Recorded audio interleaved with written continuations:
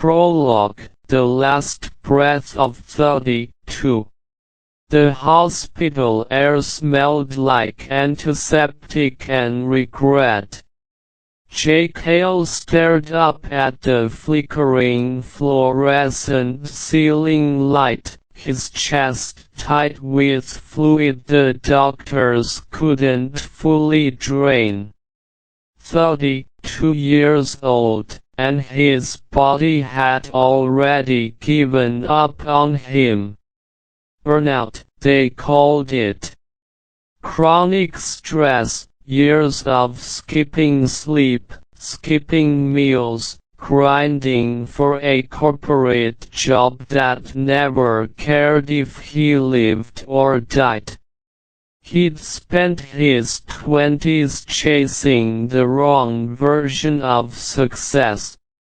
Climbing the ladder at a soulless marketing firm, working 60-hour weeks to pay off a mortgage on a house he never had time to live in, ignoring his mom's calls, letting his best friend slip away, watching his high school sweetheart walk out because he was always too busy. He had money. Sort of. Enough to look stable on paper. He had nothing that mattered. The monitor beside his bed beeped slower, quieter. His vision blurred at the edges, the white walls melting into gray. He didn't fear death. Not really. What terrified him was the waste. All the mistakes. All the stupid, avoidable choices. If I could go back. The thought wasn't new. It had haunted him every quiet night for years. But now it was sharp, desperate, final. If I got one do-over, I'd do it right. No more grinding for people who didn't respect him. No more neglecting the people who loved him. No more trading his youth for a paycheck that vanished into bills and empty status symbols. The monitor's beep flatlined. Darkness swallowed him whole. The first thing Jake felt was heat. Sticky, humid Georgia summer heat, seeping through cracked window AC units and old screen doors. The second thing he heard was a loud, obnoxious pop song blaring from a cheap desktop speaker, the kind everyone owned back in the early 2010s. His eyes flew open. This wasn't a hospital room. It was a tiny, cluttered bedroom. Poster-covered walls, a chipped wooden desk, a twin bed with faded blue sheets that he remembered perfectly. A half-empty bag of Cheetos sat on the nightstand, crumbs dusting the plastic surface. Jake sat up fast, his heart slamming. No chest pain. No shortness of breath. No lingering fog of terminal illness. He lifted his hands. Young. Unscarred. No faint tremor from years of stress and bad health. His knuckles weren't worn thin, his skin clear, his wrists slim with teenage muscle instead of adult burnout. He swung his legs over the bed and stood. His head barely grazed the ceiling fan.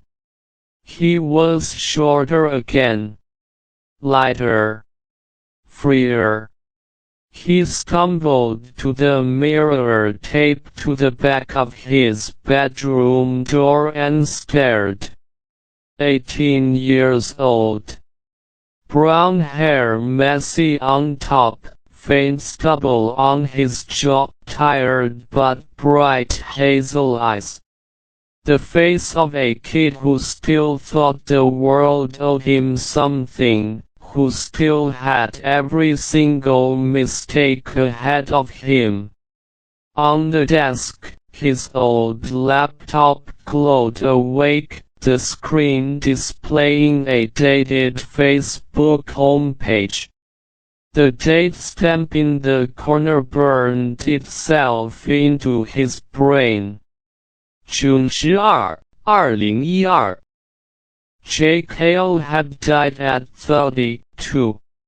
And woken up on the first day of summer break, right after his high school graduation. The exact moment his original life had started falling apart. Chapter E, the reset button. For a full minute, Jake just stood there, staring at the date on his laptop. 2012. 12 years gone. 12 years of corporate hell. Broken relationships, regret and sickness, erased like a bad draft. It wasn't a dream. He could feel the summer air thick and warm on his skin, hear the neighbor's lawnmower roaring outside, taste the faint salty sweetness of Cheeto dust on his tongue. Every sensory detail was sharp, vivid, real in a way no fever dream could ever be. He was back. Pure, unfiltered shock slowly melted into something hotter, sharper, relief. He'd been given the rarest thing a person could ask for. A reset. In his first life, this summer had been the start of everything wrong. Fresh out of high school, arrogant and impatient, he'd turned down a full, Wright State University scholarship because he'd thought it was too small time. He'd bought into the stupid lie his dad repeated every night over beer: big risks equal big rewards. He'd enrolled in an overpriced private college, taken out massive student loans, skipped every social connection to focus on success, and spent a decade digging himself out of the hole he'd dug at 18. He'd ignored his mom's worries, pushed away his only best friend, Milo, broken things off with Lila, his first and only real love, because he'd thought dating would distract him from his future. And what had that future gotten him? An early grave. Jake closed his eyes and breathed deep, forcing his racing heart to calm down.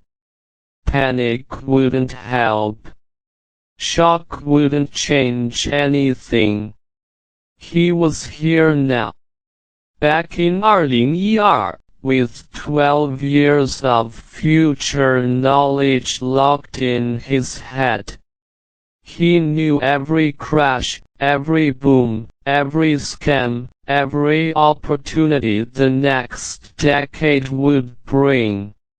He knew which startups would explode, which trends would vanish overnight, which relationships were worth fighting for, which paths led straight to ruin. A quiet, fierce smile tugged at his mouth. This time, he wasn't playing for a corporate promotion. This time, he was playing for life. A soft knock tapped against his bedroom door. "Jake, you awake in there?" His mom's voice. Warm, tired, a little worn thin from working 2 jobs to keep their small suburban house afloat. A voice he'd missed more than he'd ever admitted in his adult years. In his first life, he'd been too busy, too self-absorbed, to appreciate it. He'd rolled his eyes at her checks in, brushed off her concern, left her sitting alone at dinner more nights than he could count. Now, his chest ached. "Yeah, Mom. I'm awake." His voice was younger, higher, still holding the faint crack of late teenage years. It sounded foreign, but right. The door creaked open. Linda Hale stood in the doorway, wearing her faded Walmart uniform, hair pulled back in a messy ponytail, a paper grocery bag crumpled in her hand. She was 40 years old here, still vibrant, still healthy. In his old life, she'd gotten sick when he was 28. He'd been too swamped with work to notice the early signs. He'd missed so much. "Thought you'd sleep till noon like every other graduate," she said, a small, tired smile on her face. "Got you breakfast. Eggs, toast, orange juice. Your favorite." Jake's throat tightened. In 12 years of adulthood, no one had ever remembered his favorite breakfast without him asking. No one had cared enough to try. "Thanks, Mom." She raised an eyebrow at his tone, like she could sense something different about him. "You're awfully quiet this morning." No post-graduation attitude. He huffed a laugh, stepping away from the mirror. "Just thinking." "Well, save the overthinking for college," she said, walking into the room and setting the grocery bag on his desk. "Your dad's already on your case about hustling this summer. Says you need to get a job, start paying toward that private school tuition." Jake's smile dropped. "Right. The tuition trap." That was the first big mistake he was about to make. The private university his dad had insisted was prestigious, the $60,000 in student debt he'd signed away before he even knew how interest worked. It had haunted his credit score, his savings, his entire 20s. not this time. I'm not going to the private school, Jake said flatly. Linda froze mid-movement, her eyes widening. Excuse me. I'm turning it down, he repeated, calmer now, certain. I'm taking the state school scholarship. Full ride. Zero debt. His mom stared at him like he'd grown a second head. For good reason. 18-year-old Jake had been stubborn, prideful, convinced state school was beneath him. He'd argued for weeks with his parents about it, called the scholarship small time, laughed at the idea of staying local. Jake, you spent months applying to that private university, she said slowly. Your dad's so proud you got in. He's been bragging to everyone at work. Jake felt a flicker of old guilt, but he pushed it down. Pride didn't pay bills. Pride didn't save lives. Pride had gotten him killed young and broken and alone. Dad's proud of the idea of it, Jake corrected. Not the reality. The reality is we can't afford it. The loans will ruin my 20s before I even start. Linda blinked, clearly shocked by his mature tone. Since when do you care about loan debt? Since I lived through it, he wanted to say. Since I spent 10 years drowning in it. Instead, he shrugged, casual as he could manage.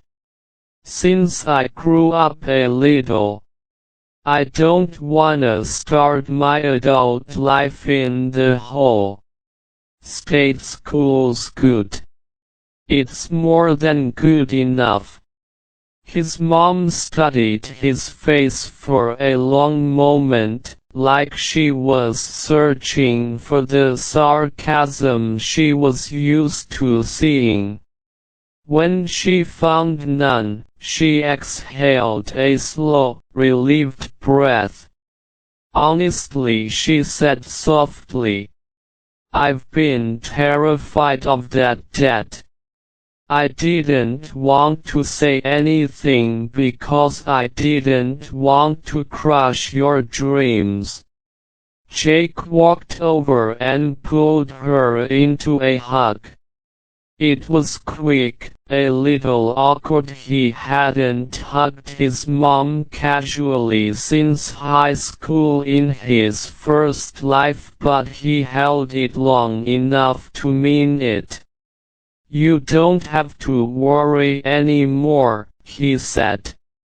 I've got a plan. Linda hesitated, then patted his back gently.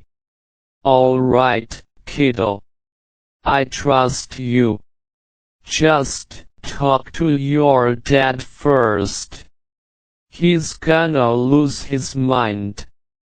Jake nodded. He knew that. His dad's pride was the hardest wall he'd have to break down this summer. But it didn't matter. For the first time in his entire life, Jake Hale wasn't going to let anyone else dictate his future. Chapter R: Old Friends and New Plans. After breakfast, Jake cleaned his room top to bottom. It was a small, stupid thing, but it felt symbolic. In his first life, he'd left this room a mess.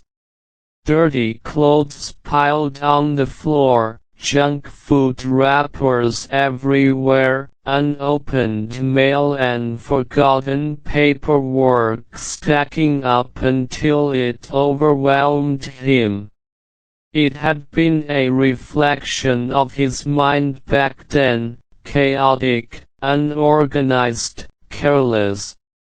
Now, he folded every shirt, tossed every trash item, stacked his textbooks neatly on the shelf, wiped down his dusty desk.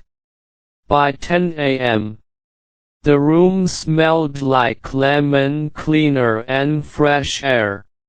He sat down at his laptop, fingers hovering over the keyboard, and let his mind map out the next 10 years. 2012 Instagram was still new, mostly for kids and hobby photographers. TikTok didn't exist yet. Cryptocurrency was a niche internet secret, laughed at by mainstream finance. YouTube was blowing up, but most people still saw it as a silly side gig, not a career. The gig economy was just starting to bubble. Remote work wasn't normalized. Social media entrepreneurship was unheard of to average people. He knew exactly which trends would explode. He knew which investments would multiply overnight. He knew exactly how regular people would become millionaires in the next decade, and how millions more would miss every single opportunity because they couldn't see the future. Jake smiled to himself. He could see it. First step, kill the private college acceptance. Lock in the full, ride state scholarship. Eliminate all future student debt before it existed. Second step, make summer money fast, clean, and scalable. No debt, and fast food jobs. No manual labor that ate up his time. He had future knowledge. He'd use it. Third step, fix the relationships he'd broken. Before he could finish listing out his priorities, his phone buzzed on the nightstand. Unknown number, local area code. He raised an eyebrow and answered. Yo, you finally awake, lazy ass. Milo's voice. Loud, goofy, unapologetically himself. The sound hit Jake square in the chest, warm and sharp and nostalgic all at once. Milo Carter. His best friend since third grade. The guy who'd been there for every bad test grade, every breakup, every stupid teenage mistake. The friend he'd ghosted completely in his 20s, too busy chasing corporate success to return texts or answer calls. In his first life, Milo had moved across the country without telling him. They hadn't spoken in 6 years before Jake died. Now, his best friend was right here, alive and present and still his person. "Yeah, I'm up," Jake said, his voice softer than usual.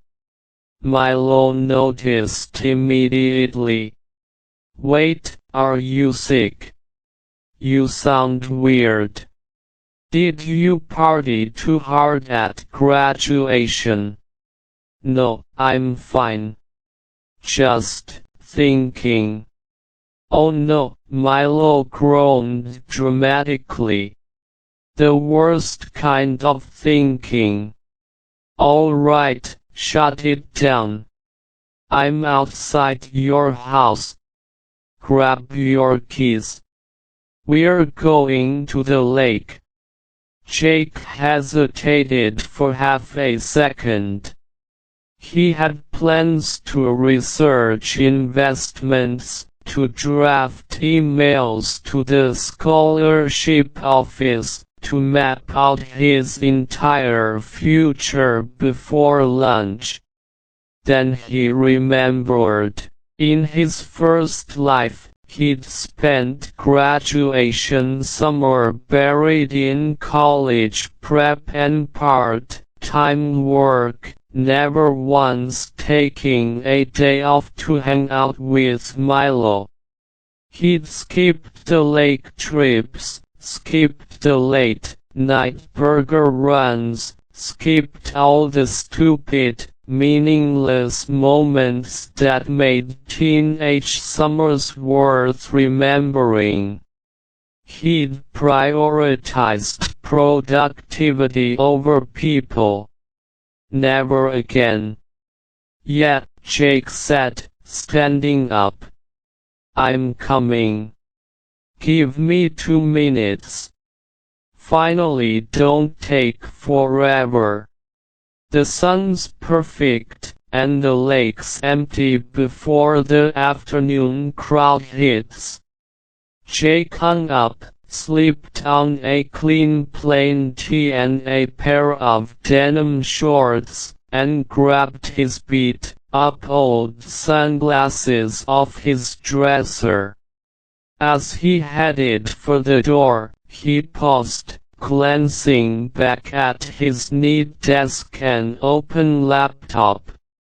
Work could wait. People couldn't. Milo's car was a beat-up 2008 Ford Focus, paint chipped on the passenger side, stereo always turned up too loud. When Jake climbed in, the familiar smell of cheap citrus air freshener and fast food fries wrapped around him. Milo grinned at him, dark curly hair messy from the wind, sunglasses perched on his nose. "Dude, you look different today," Milo said, pulling out of the driveway. "How so?" "Come," Milo said. "Usually post-grad you're running around like a chicken with its head cut off, stressing about classes and loans and your dad's lectures. Today you're just chill."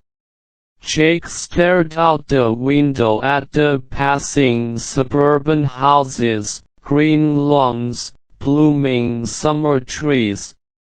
The world was so young here. So full of untapped possibility. "I decided I'm not gonna stress anymore," he said simply. "Not about the wrong stuff." Milo snorted. "Wow. Deep. Did you download a self-help app overnight?" "Something like that." They drove in comfortable silence for a minute, the wind rushing through the open windows, pop music humming low from the speakers. Then Milo's tone turned quieter, curious. "Heard you're still on the fence about college next year. You gonna actually take the state scholarship or you gonna be an idiot and go private? Jake glanced at his best friend. Milo had told him 100 times back in high school that the private school was a bad call. Milo had grown up watching his older sister drown in student loan debt, and he'd begged Jake not to make the same mistake. 18-year-old Jake had ignored him. 32-year-old Jake knew better. "I'm taking the state scholarship," Jake said. Milo's head snapped over, eyes wide behind his sunglasses. "No way. For real? For real?" "Holy shit," Milo laughed, shocked and relieved. "I thought I was gonna have to watch you sign your life away to loan companies. Thank God you came to your senses." "Yeah," Jake said softly. "Thank God." Milo shook his head, grinning, and merged onto the lake road. "All right, now that you're no longer a financial disaster, we can talk summer plans. You getting a job?" "Not the regular kind," Jake said. Milo raised an eyebrow. "Oh. What's the new master plan?" Jake leaned his head back against the seat, watching the blue Georgia sky stretch endless above them. "I'm gonna start a side hustle," he said. "Something no one's really doing yet. Something that'll scale." Milo frowned. "Scale? Dude, you sound like a YouTube guru. What, you gonna sell bracelets or something?" Jake laughed. "If only it were that simple." "Better than bracelets," he said. "Trust me." Before Milo could tease him further, Jake's phone buzzed in his pocket. He pulled it out. A text from a name he hadn't seen in years. "Lila Mercer. So you turned down the private school rumor?" "True. Let's meet up. I wanna talk." Jake's breath caught. In his first life, Lila had texted him that exact same message. Back then, he'd been too busy, too prideful, too focused on his future to reply. He'd left her on read for 3 days, and by the time he'd texted back, the moment was gone. They'd drifted apart, slowly at first, then all at once. This time was different. This time, Jake typed a reply instantly. "Sure. I'm at the lake with Milo. You wanna swing by?" He hit send before he could overthink it. Milo glanced over, noticing his change in expression. "Lila texted you?" he asked, already knowing the answer. Jake nodded. Finally, Milo said, smiling faintly. "You two have been dancing around each other since senior year." Stop being dumb this time, alright? Jake stared at the text screen, waiting for her reply. Yeah, he said quietly. No more dumb mistakes. A second later, her reply popped up. Be there in 10. Chapter 3. The girl he left behind. Clear Lake was quiet this time of day. The morning sun glinted off the water, soft golden light filtering through the trees that lined the shore. A few families were spread out on the distant docks, kids laughing as they chased each other along the sand, but the small private cove where Jake and Milo always hung out was empty, just like it had been every summer of their high school years. Milo parked the car in the shaded gravel lot, and they climbed out, boots crunching on loose stone and dry pine needles. I still can't believe you're actually skipping private school, Milo said, kicking a small rock toward the water. That's the most mature decision you've ever made in your life. Jake smiled faintly. Low bar. True, Milo laughed. Still proud of you, though. Most people our age would sell their soul for a fancy private school name on a resume. You're over here like nah, financial freedom's better. Resumes don't matter if you own the company, Jake said. Milo blinked at him. Okay, now you're officially scary. Since when are you a business genius? Jake didn't answer. He couldn't answer. There was no way to explain that he'd lived through 12 years of corporate hell, that he'd watched every business trend rise and fall, that he knew exactly how ordinary kids became millionaires in the decade ahead. So he just shrugged and leaned against the hood of the car, eyes fixed on the winding road leading to the cove. Waiting for Lila.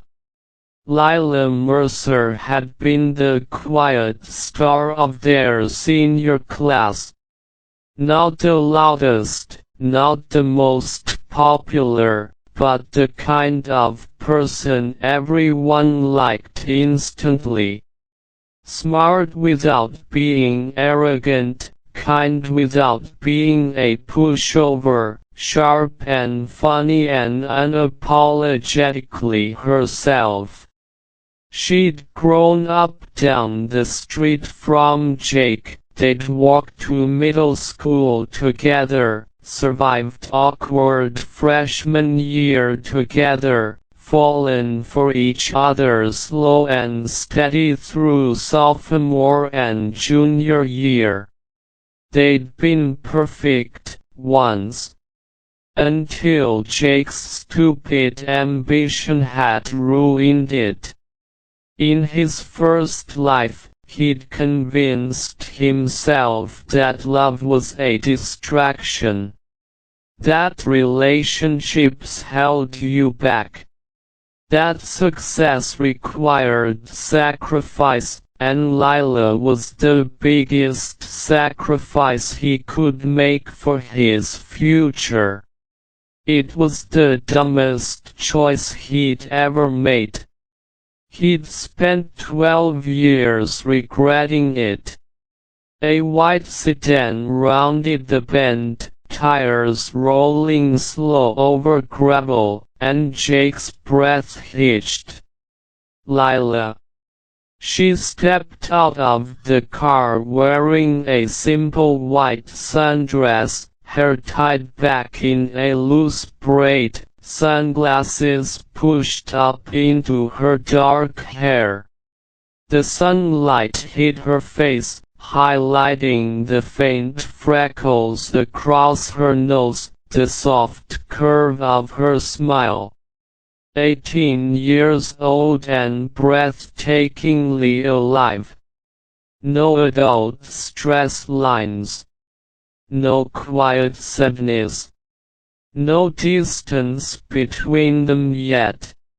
This was the version of Lila he'd lost. "Well," Milo muttered beside him, "I'm gonna give you two some privacy. I'll be down by the dock. Don't mess this up, Hale."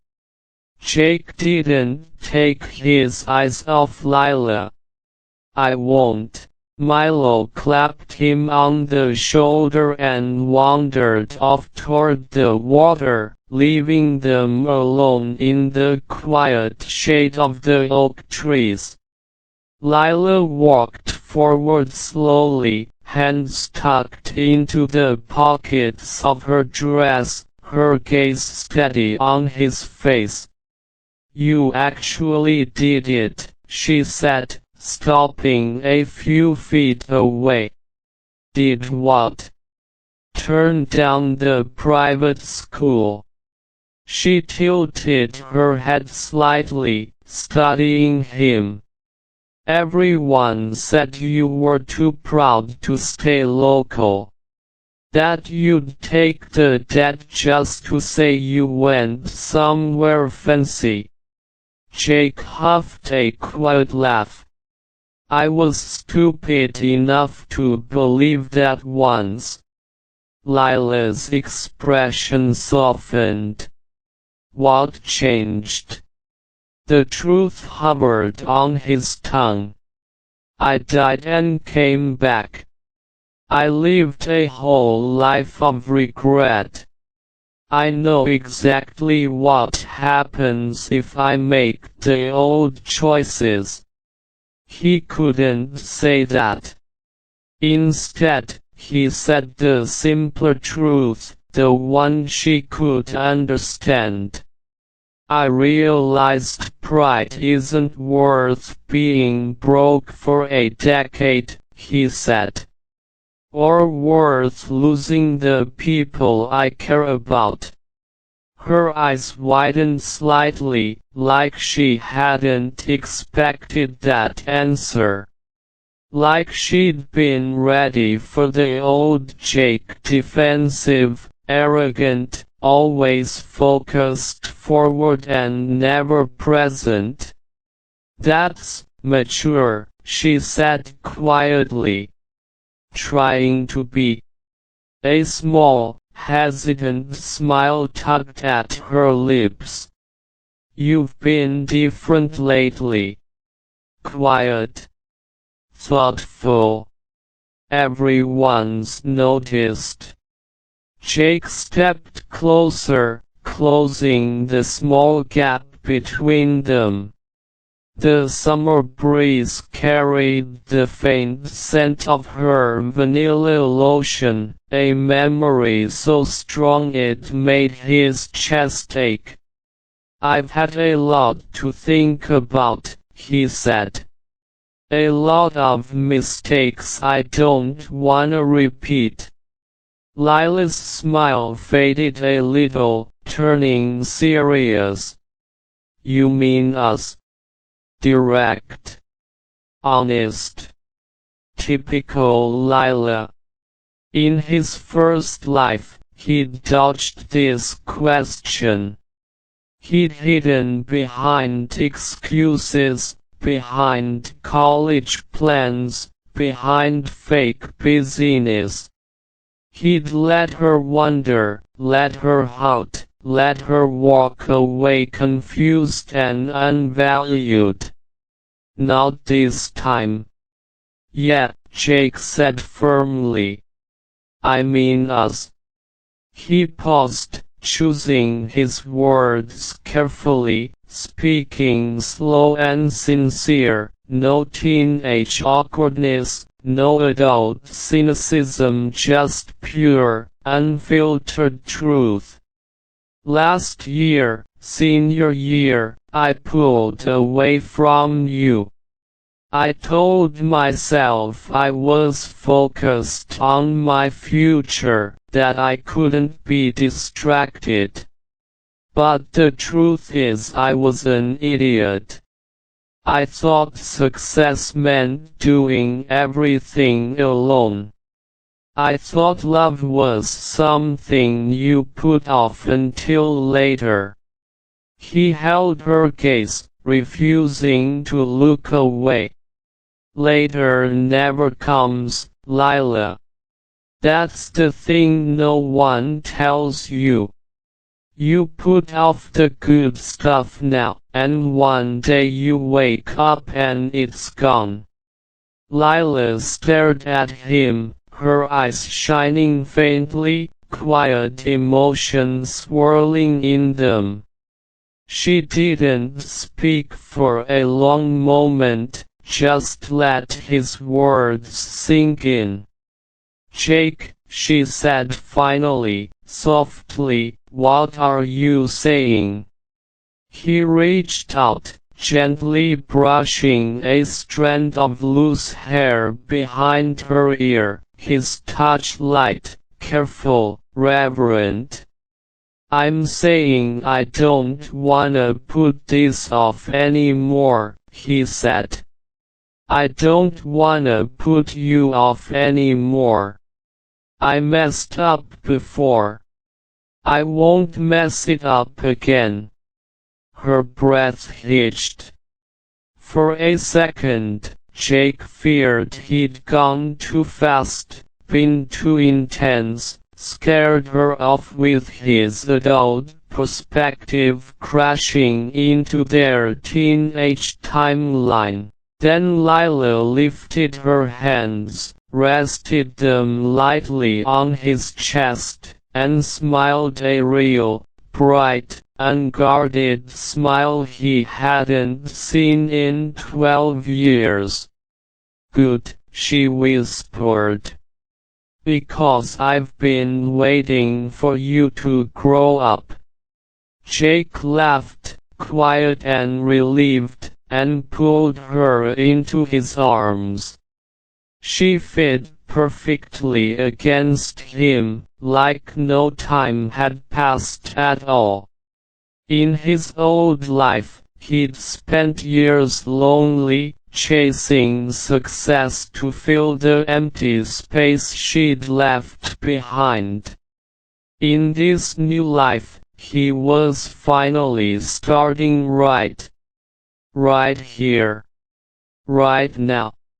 Chapter 4: The First Deal. They spent the rest of the morning at the lake.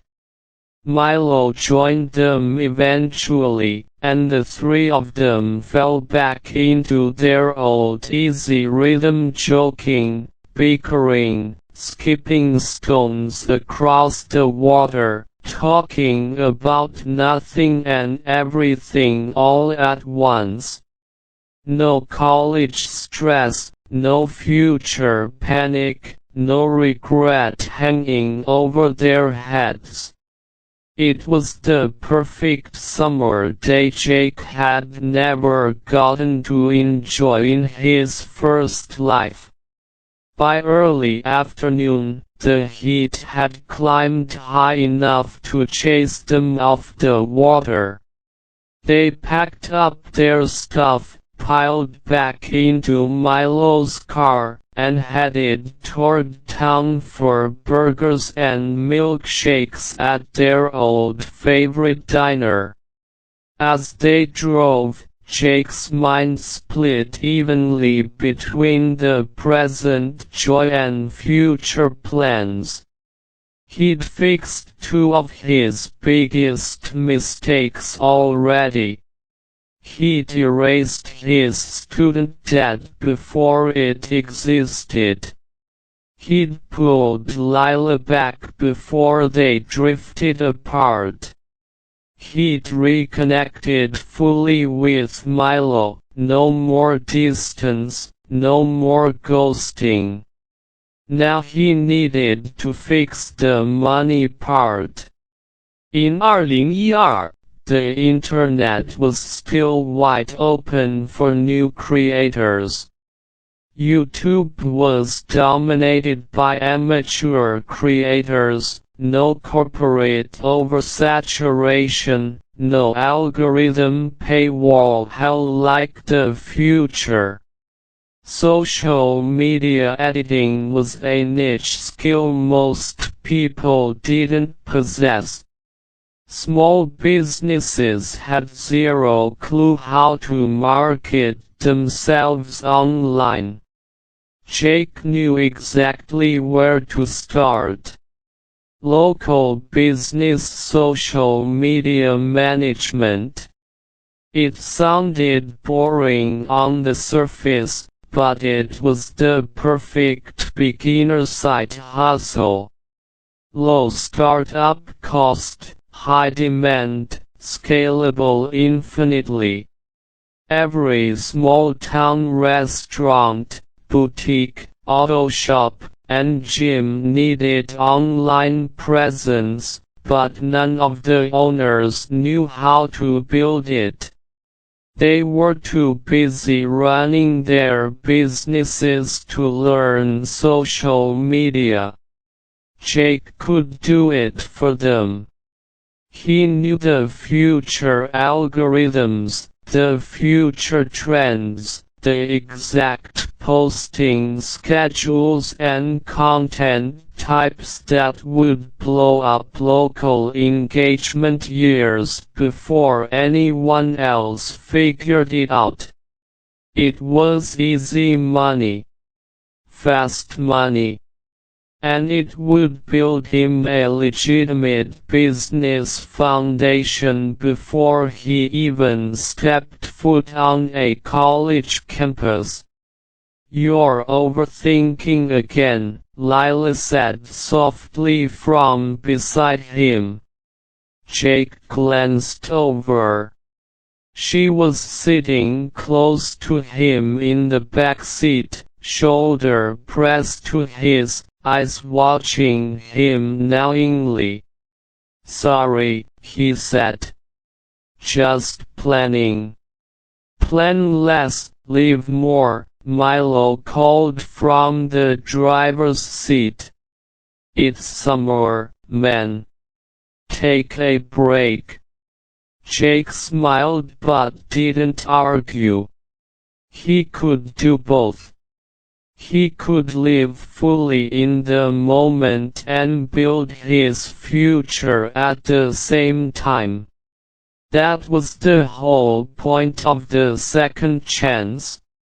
No more all or nothing choices.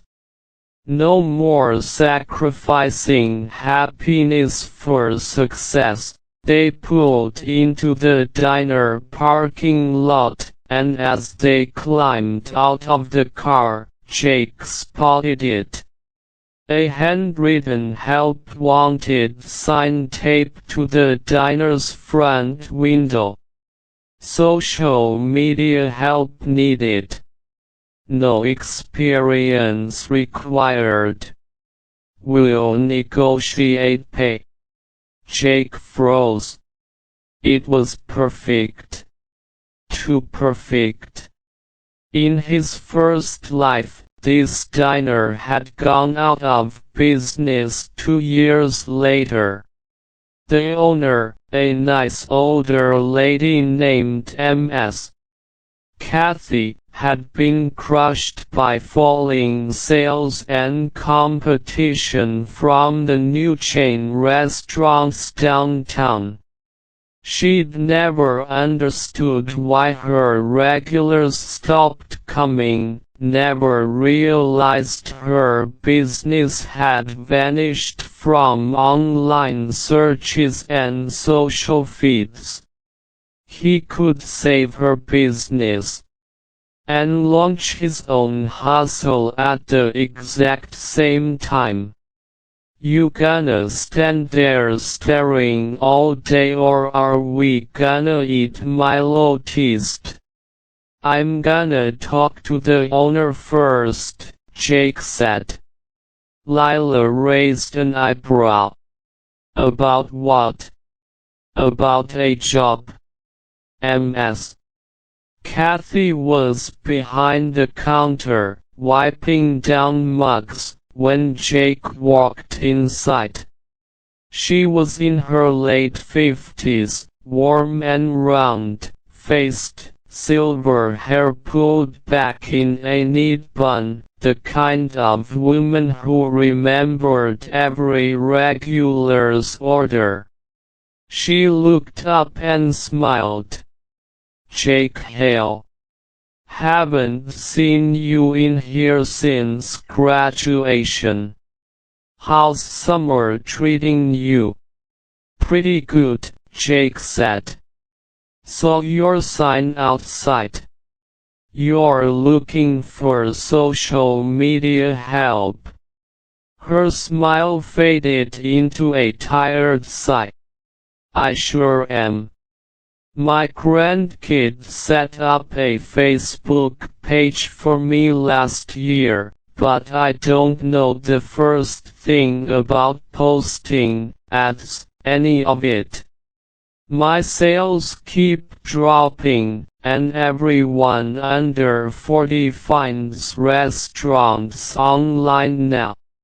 I'm losing younger customers fast. She leaned against the counter, defeated. I've tried hiring kids from town, but none of them know what they're doing. They post a blurry photo once a month and call it a day. Jake nodded, understanding exactly the problem.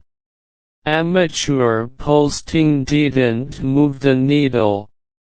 Consistency, local SEO, targeted content, community engagement, those were the pieces no one in Arling ER was putting together for small businesses. I can fix that for you, Jake said. Ms. Kathy studied him, skeptical but hopeful. You know social media marketing? I do, Jake said simply. And I don't just post photos. I'll rebuild your online presence from scratch. Post daily, run local promotions, engage with every comment, update your search listings, highlight your daily specials, target the college crowd and the local families. I'll make sure anyone searching for breakfast or burgers in this town finds you first. She blinked, clearly impressed by his confidence. That sounds like a lot. What's your rate? Jake thought fast. He didn't want hourly pay. Hourly was limited. He wanted scalable, recurring income. $300 a week, he said. Flat rate. Guaranteed 5 days of active posting, engagement, and updates. If you don't see a noticeable jump in foot traffic in 2 weeks, I'll refund half your money and walk away. No questions asked. It was a bold offer. Most local teens would have begged for $10 an hour. But Jake was selling results, not time. Ms. Kathy hesitated for 10 seconds, then nodded firmly. "Deal," she said. "I'll pay you up front for the first 2 weeks. Prove your worth, and we'll keep it going all summer." Jake held out his hand. "You won't regret it." They shook on it. Just like that, Jake Hale had his first business client. His first real step toward a completely different future. When he walked back to the booth where Milo and Lila were sitting, waiting for their food, they both stared at him like he'd just pulled off a magic trick. $300 a week, Milo whispered, eyes wide. "Dude, that's more than I make bagging groceries for 20 hours a week." Lila smiled at him, proud and amazed. "You just turned a random diner sign into a business deal in 2 minutes.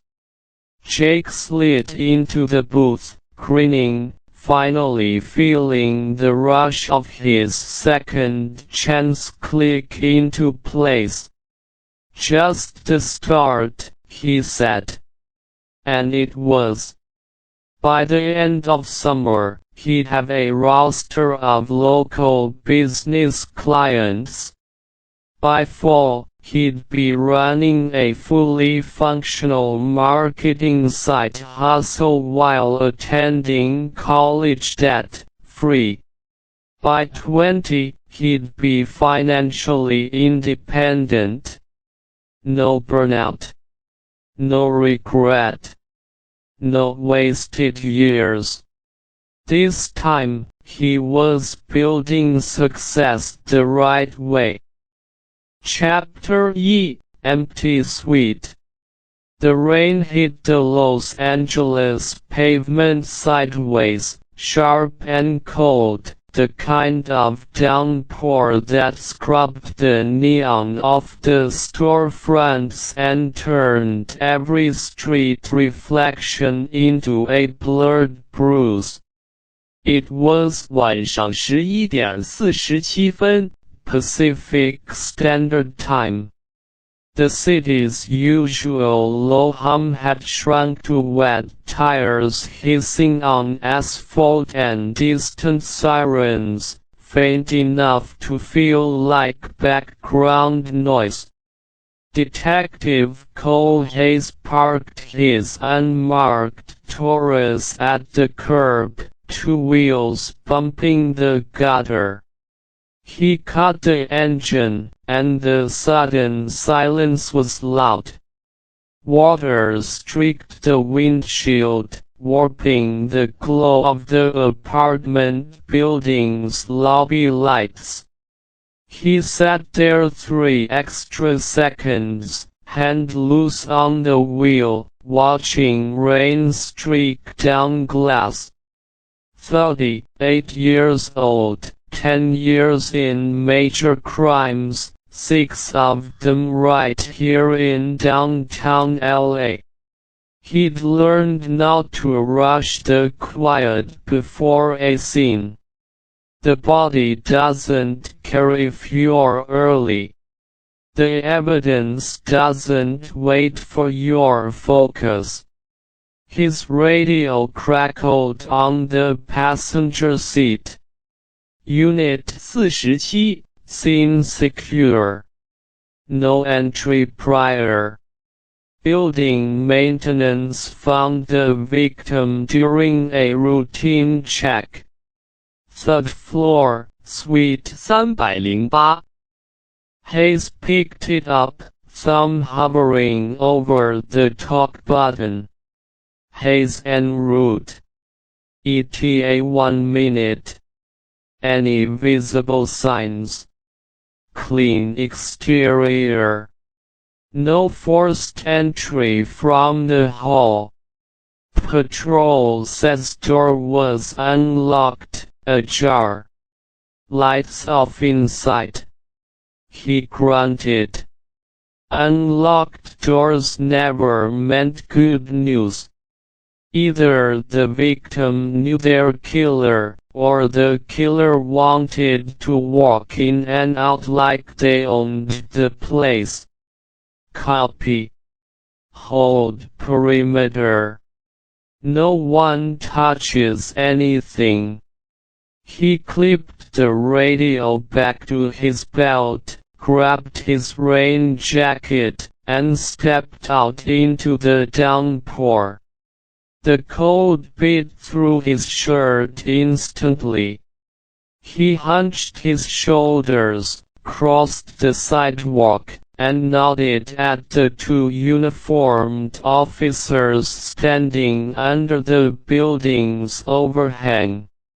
One was young, fresh out of the academy, eyes wide like he still hadn't gotten used to the night shift body calls. The other was a veteran, jaw tight, rain dripping off his brim, already staring up at the third-floor window. "Detective," the veteran said. "Thanks for rolling out." "What we got?" Hayes asked, voice flat, no extra warmth. Scene work wasn't a social call. Male victim, early 30s. Found on the living room floor. No obvious gunshot wound from the door. No blood spray on the hallway carpet. Neighbors on the floor above said they didn't hear a thing. Rain's loud, though. Could have covered anything. Hayes nodded. Witness statements started. Just knocking doors now. Most people here work late or sleep hard. So far, nothing. Building camera coverage. Lobby cams live. Hall cams on this floor. We've been down 2 weeks. Management swears they're fixing it. Typical. Hayes exhaled slow. Typical LA. Half the city's security was just a sticker on the wall. He pulled on disposable gloves at the door, snapped them tight at the wrists, and paused with his hand on the doorknob. "Any order?" The young officer hesitated. "Just rain. And something sharp. Chemical, maybe." Hayes's fingers tightened. Chemical odor indoors at a body scene was never random. Cleaners, accelerants, drugs, toxin residue. All bad. He pushed the door open slow. The apartment was dark except for the faint spill of hallway light cutting across the floor. The air hit him first, cold, still, stripped of the usual lived-in warmth people leave behind. The chemical bite the kid had mentioned hung low, faint but persistent, stinging the back of his throat. Hayes stepped inside, boots quiet on hardwood, and let his eyes adjust. It was a nice unit. High ceilings, open floor plan, floor to ceiling windows facing the alley. Minimal furniture, gray couch, glass coffee table, floating shelves on the wall. everything clean. Too clean. In the center of the living room, flat on his back, lay the victim.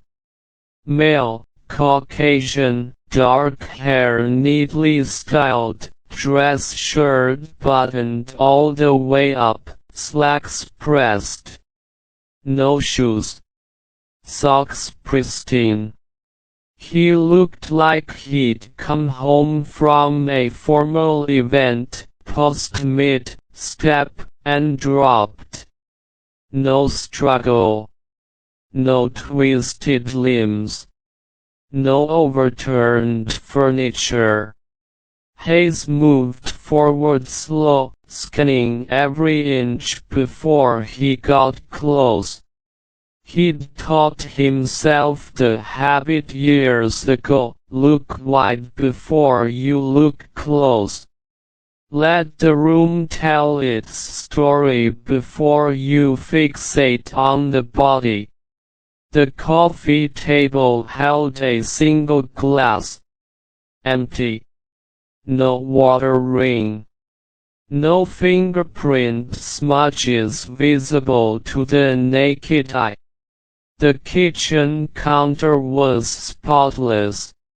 Dishes put away, sink dry, no stray mail, no coffee mug, no phone charger. The shelves on the wall held books aligned perfectly, frames level, no dust out of place. Whoever lived here was meticulous. Obsessive, even. And whoever killed him was meticulous too. Hayes knelt beside the victim, keeping his knees off the exact floorboards where trace evidence might sit. He tilted his head, studied the man's face. Eyes open. Fixed. Pupils dilated even in the dim light. Skin pale, almost gray. Lips slightly parted. No foam, no blood, no bruising on the jaw or neck. No visible trauma at all. Weird, a voice said from the doorway. Hayes didn't look up. He knew the tone.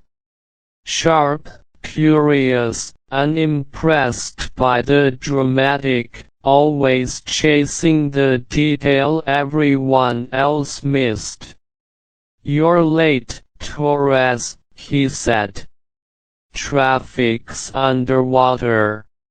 Detective Elena Torres stepped inside, rain still beating on her dark hair, her forensic tablet clamped under one arm. She pulled on her own gloves, moved to the opposite side of the body, and dropped into a crouch. No stab wounds. No GSW.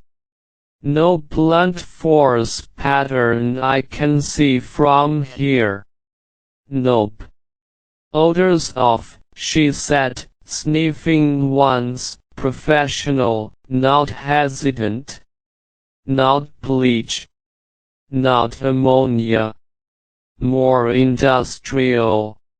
Solvent, adjacent. Kid outside said chemical. Kid's got a nose. Shame half the academy loses it to fast food and energy drinks.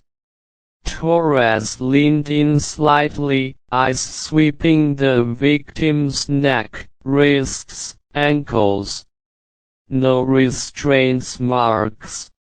No needle punctures visible on extremities. Nails are clean, no skin under them, no defensive damage. So no fight. Hayes stood, scanned the room again. Victim let someone in. Or someone came in quiet enough he didn't resist. Or he was already compromised before whoever got here showed up. Torres tapped her tablet, woke the screen. ID yet? Hayes nodded toward the entryway console. A leather wallet sat centered on the wood, like it had been placed there deliberately. Left it on the table. Too neat. Torres raised an eyebrow.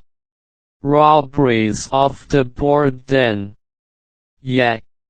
This isn't robbery.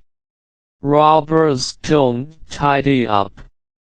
Hayes crossed the room, slow, each step deliberate, avoiding the straight path between door and body.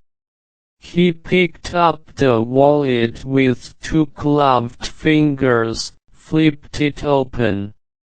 Driver's license, current. Evan Carter, 32. Local address this unit. Height 6'1", weight 180. No corrections on the photo.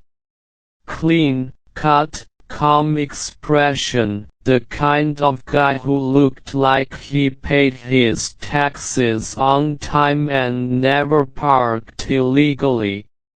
Business card tucked in the slot, Evan Carter, Senior Compliance Analyst, West Coast Financial Regulatory Group. Hayes stared at it a bit longer. Financial compliance. Regs. Rules. Paperwork people. Those jobs didn't usually get you killed in dark apartments at midnight.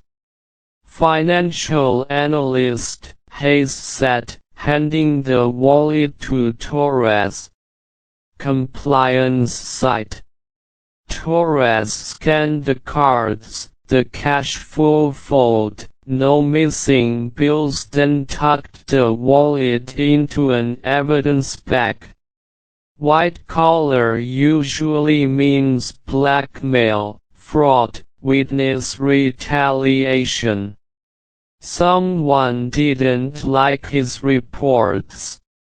Or someone he was about to report. Hayes walked the perimeter of the living room, eyes on the floor, the baseboards, the windowsills. Windows locked from the inside. No screen damage. No footprints in the alley mud visible from here.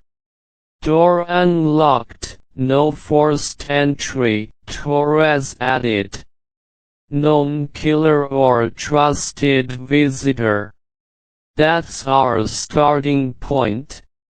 Hayes stopped at the glass coffee table.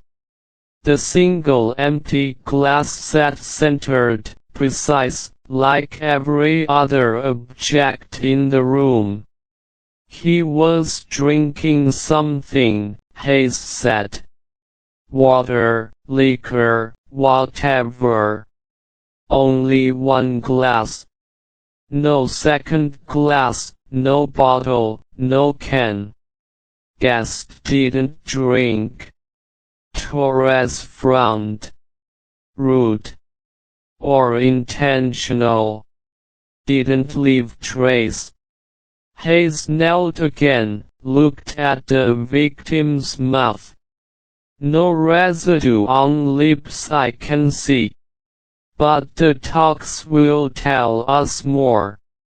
He pulled out his phone, not to dial, but to light the scene without washing out detail. The narrow beam caught something faint on the victim's collar, a tiny fleck of something dark, not quite dirt, not quite fabric lint. "Got a trace here," he said. "Collar, right side. Microfragment." Torres snapped photos immediately. Quick, steady bursts, different angles. "I'll take it for trace analysis. Fiber, paint, metal, we'll know soon enough." They worked in quiet sync after that, the way they always did. No wasted words, no overlapping moves. Hayes cleared the scene flow, mapped entry and exit paths, noted every object's position relative to the body. Torres documented every detail: locked condition, temperature, rigor mortis progression, skin discoloration, pupil state. The rain kept pounding the windows, muffling the world outside, sealing the apartment in a tight, silent bubble of unresolved violence. 20 minutes later, the Mies van rolled up. Two techs holding the portable light rigs and body bag, their movements practiced, mechanical, no reaction to the stillness on the floor. The lead Emmy, Dr. Mia Hale, mid-40s, sharp-eyed, perpetually unimpressed by human death, knelt beside Evan Carter and ran one gloved hand above his torso without touching. "No traumatic injury presentation," she said immediately. "Rigors consistent with 2 to 4 hours post-mortem, give or take, accounting for room temperature. Level mortis fixed. Time of death window roughly 8 to 10 p.m. tonight." "Cause of death?" guest Torres asked. Dr. Hale hesitated, just a split second, which was answer enough. "Toxicological event," she said. "Most likely. Sudden onset, no struggle, no external damage. That chemical odor you've been smelling. It's consistent with volatile solvent exposure, but not any common street drug. This is cleaner. More controlled." Hayes's jaw tightened. "Controlled how?" "Delivered purposefully. Not accidental inhalation. Not recreational overdose." Dr. Hale looked up at him, eyes flat. "This wasn't a mistake, Cole. Somebody gave him something specific. Something fast-acting, clean, leaves almost no mark." "Professional hit," Torres said. "Could be." Dr. Hale stood, nodded to her text to begin full scene documentation. "Or it's a very careful amateur who knows exactly what they're doing. Either way, this isn't random. This is targeted."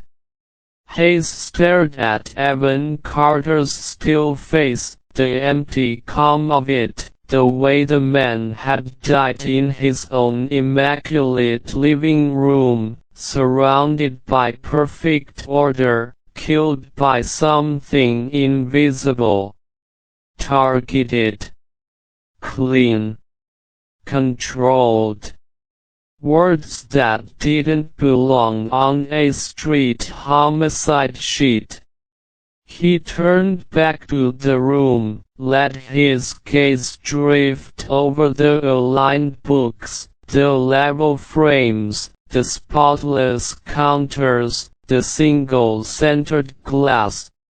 This guy lived regulated, Hayes said quietly. Every detail in its place. Every system followed. And someone broke his system permanently, Torres replied. Hayes pulled out his notebook, flipped to a blank page, and wrote one line first, before witnesses, before records, before theories. Clean kill. No mess. No noise. No accident. He closed the notebook, clipped it to his belt, and looked toward the door. All right, he said. Let's run his life backwards. Start with his employer, his caseload, his recent reports. Find out what Evan Carter knew. Find out who wanted him silent. Outside, the rain kept falling. And somewhere in the dark city, someone was already erasing the next trace. Chapter R. Paper Trails. The precinct smelled like burnt coffee and disinfectant at 1 in the morning. Fluorescent lights hummed overhead, sharp and endless, bleaching the color out of everything. Desks were piled with case folders, half-empty soda cups, sticky note reminders that no one would ever read again. Phones sat silent for once, their usual constant ringing drowned out by the night shift's quiet exhaustion. Cole Hayes dropped into his chair, tossed his rain jacket over the back, and stared at the screen in front of him. Evan Carter. 32. Born in Portland. Relocated to LA 5 years ago. No criminal record. No DUIs, no restraining orders, no arrests. No traffic violations beyond 2 speeding tickets, both paid immediately, both minor. The man was legally invisible. Perfect citizen. Perfectly boring on paper.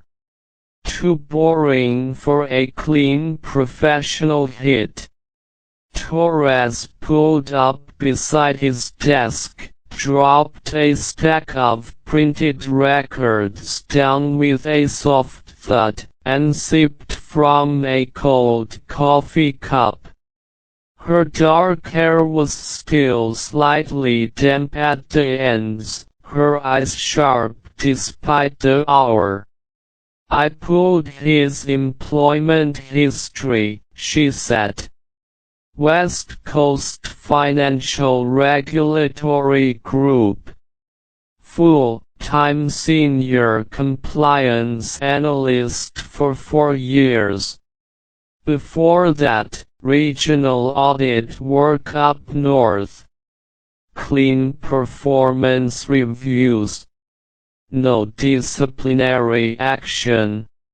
No internal complaints filed against him.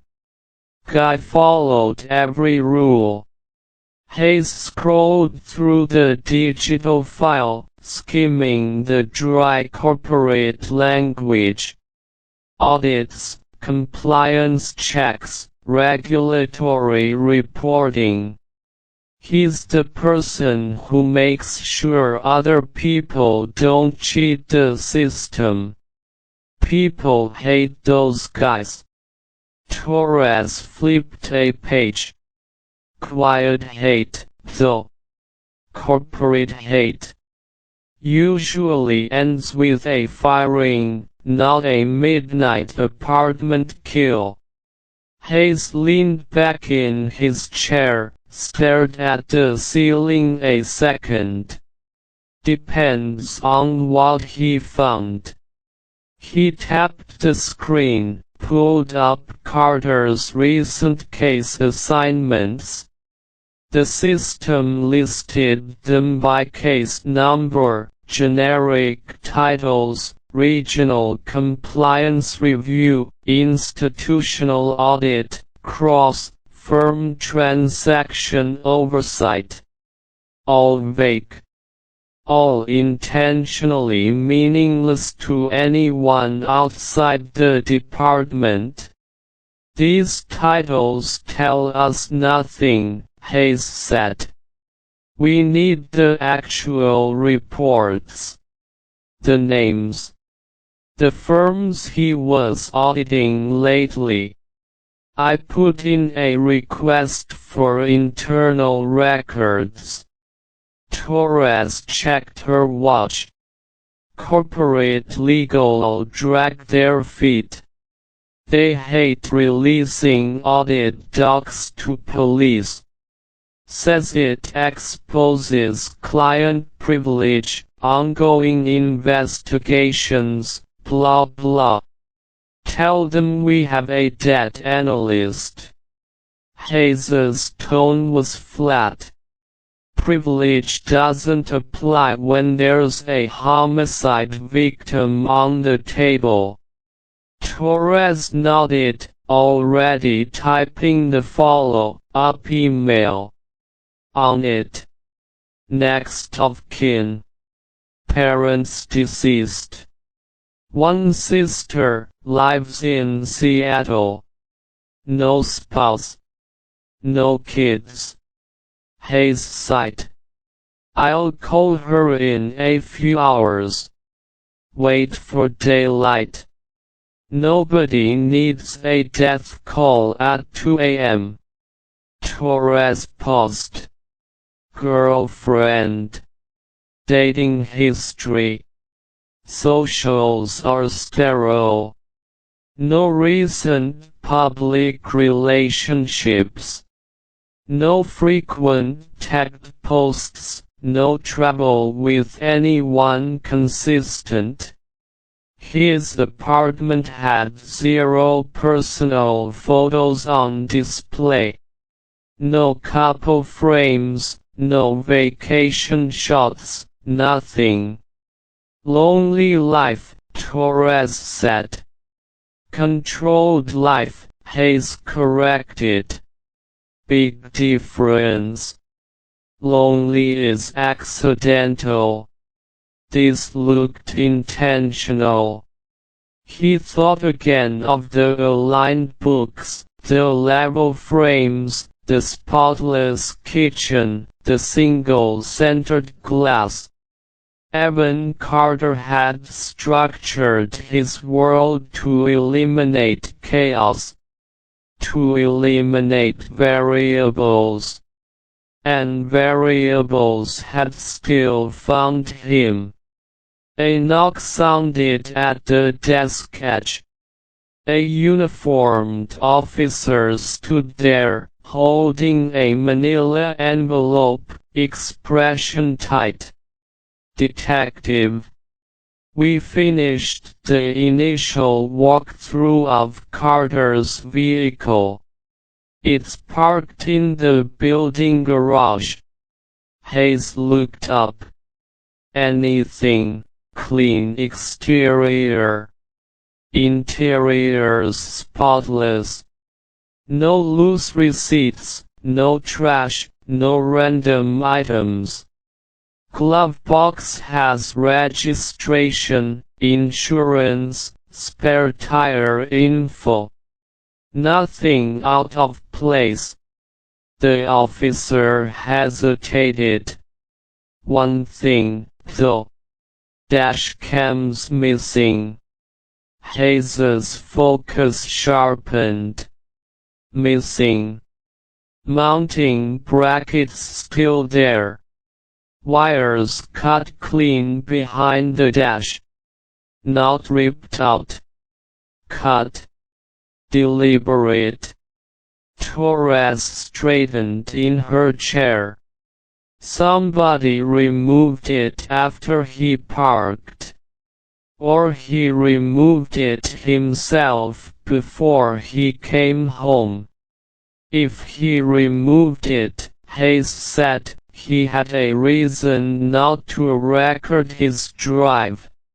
If someone else removed it, they knew exactly where to look, exactly what to take. Professional. Again. The officer handed over the envelope. Photos and preliminary notes. Techs are sweeping the car for prints now. Hayes took it, set it down without opening it yet. Thanks. Keep me posted. The officer left, and the desk fell quiet again, save for the hum of machines and distant typing. Torres stared at the envelope like it might bite. Dashcam removal on top of a toxic clean kill. This isn't a street crime, Cole. This is targeted operational work. Yeah. Hayes rubbed his jaw, stubble rough under his palm. Which means Carter didn't stumble on something small. He found something worth killing over. He pulled up Carter's phone records next, the overnight pool already processed by the unit's data tags. Call log, sparse. Work numbers, his sister's cell, a handful of utility service lines. No unknown burner numbers. No late night mysterious calls. No repeated incoming from blocked IDs. Text messages, mostly scheduling, confirmations, brief family check-ins. No cryptic conversations. No arguments. No threats. His digital footprints as clean as his apartment, Hayes muttered. Dude erased every loose end voluntarily. Or he never let them exist in the first place. People who live this clean usually do it because they're hiding something, Torres said. Not because they're boring. Hayes flipped to the location history. Monday through Friday, home to office, office to home. Grocery store once a week. Gas station every 10 days. No random detours. No unaccounted hours. No secret meetings in parking lots. No late night downtown walks. Until yesterday. Hayes froze, leaned closer to the screen. Here. He tapped the timestamp. Yesterday afternoon. 4:17 p.m. He left work early, drove west, not home. Stopped at a private storage facility in Santa Monica. Stayed 28 minutes. Then drove straight back downtown. Torres leaned in, eyes narrowing. Storage unit. He never deviated before this. Never. Nope. Hayes pulled up the facility name, Coastal Secure Storage. Private access, gated, camera, monitored, individual unit codes. No public walk-in traffic. We need that unit, Torres said immediately. Already on it. Hayes picked up his phone, dialed the on-call judge line. He didn't wait for Torres to argue or suggest. Middle of the night homicide with a clean professional signature got fast track warrants. The line rang twice before connecting. Judge Roth, a tired voice said. Judge, Detective Cole Hayes, LAPD Major Crimes. I'm requesting an emergency warrant for a private storage unit in Santa Monica, tied to a current homicide victim. Time sensitive. Potential evidence tampering risk. He laid it out clean, no drama, no exaggeration. Just facts. Victim dead of unknown toxic exposure, controlled kill pattern, unusual last day movement, potential critical evidence at off-site location. Judge Roth exhaled on the other end. I hate middle of the night warrants. Everybody's in a hurry at 2 a.m. Yes, Your Honor. But this one's getting erased fast. Hayes kept his tone steady. Every minute we wait increases the chance whatever he stored gets removed, wiped, destroyed. Silence for 3 beats. Text me the probable cause packet and unit location, Roth said finally. I'll sign digitally. You execute before sunrise. No delays. Thank you, Your Honor. Hayes hung up, turned to Torres. We're moving on the storage unit in 20.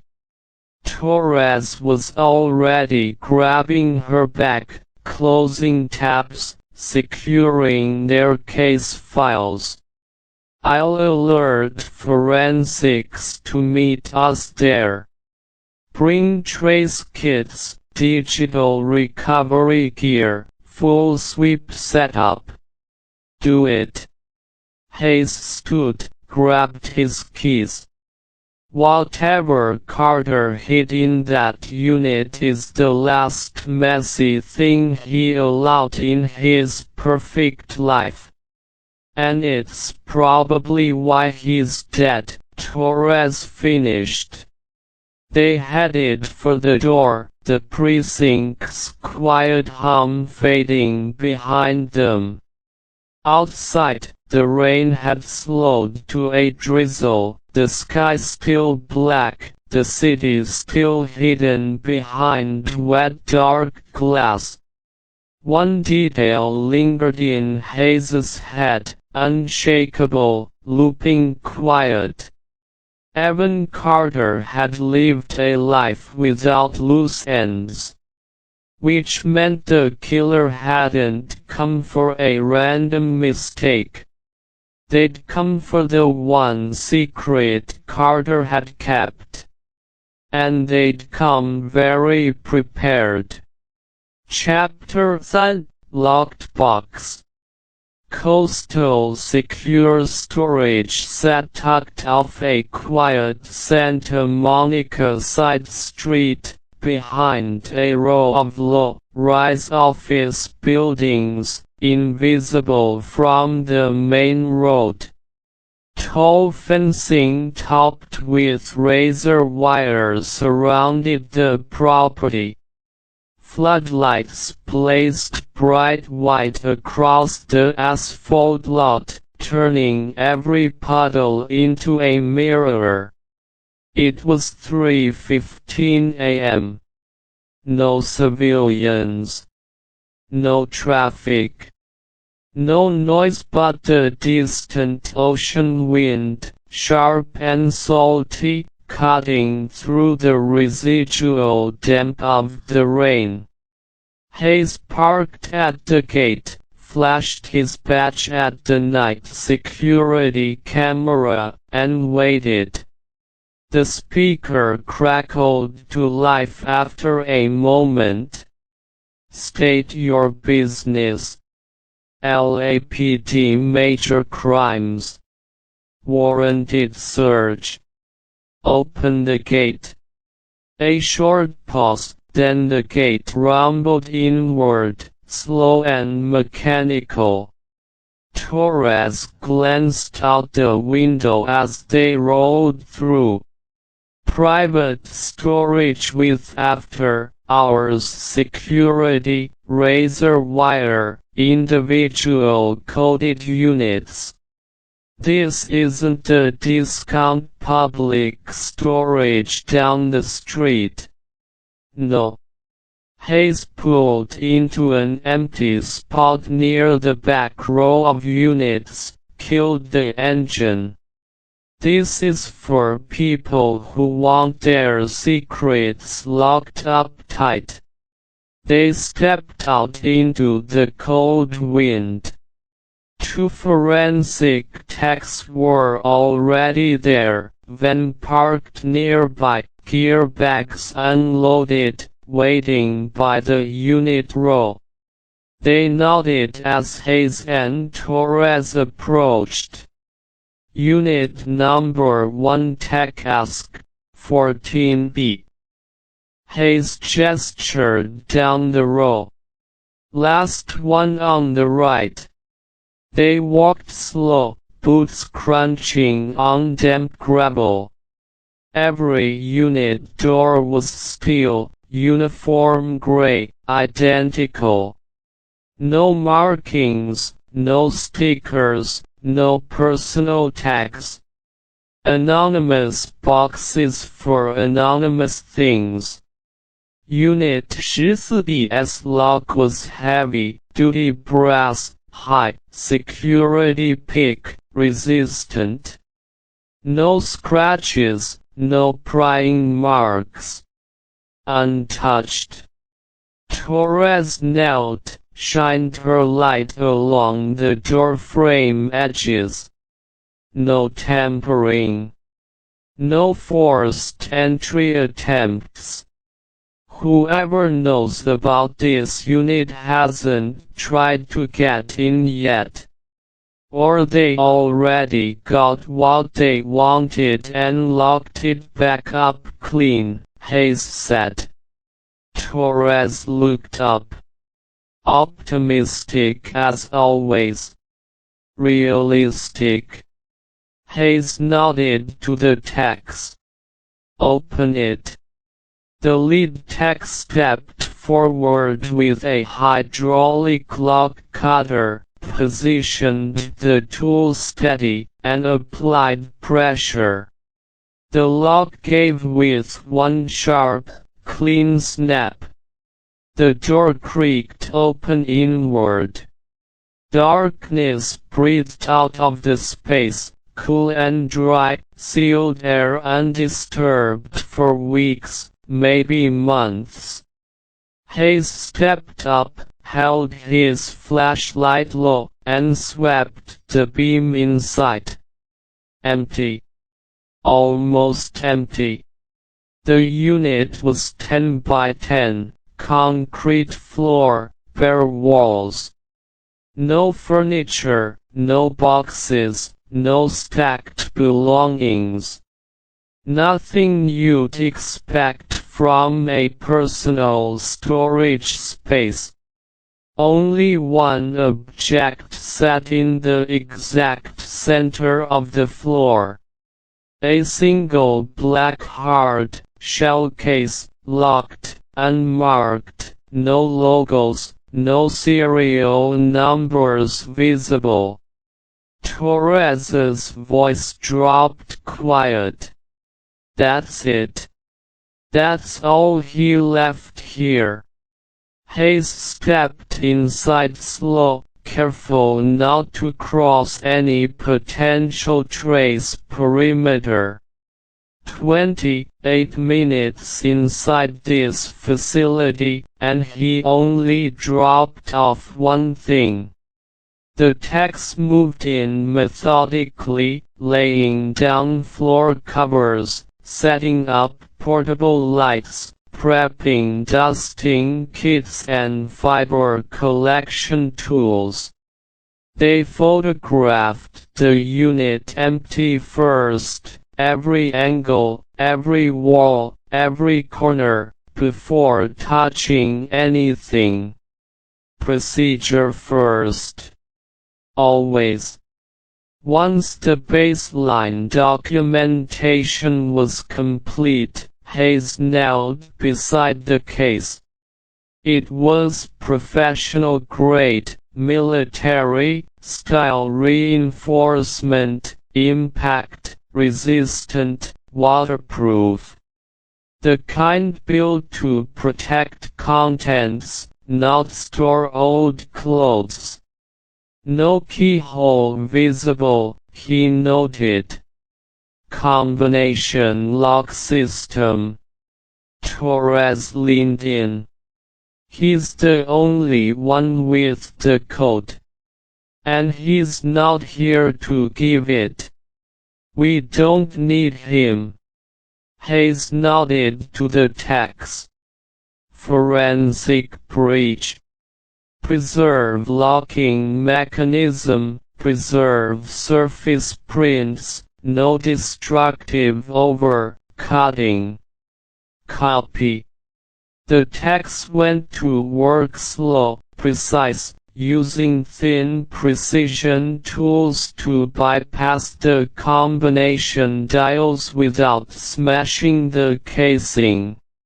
Minutes ticked by in silence, only the faint click of tools and the distant wind outside. Finally, a soft release sound. The case popped open a quarter-inch. Hayes exhaled once, steady, and lifted the lid. Inside was layered foam, custom-cut, perfectly fitted. Nestled in the foam molds were 3 items only. First, a small encrypted portable hard drive, black, no branding.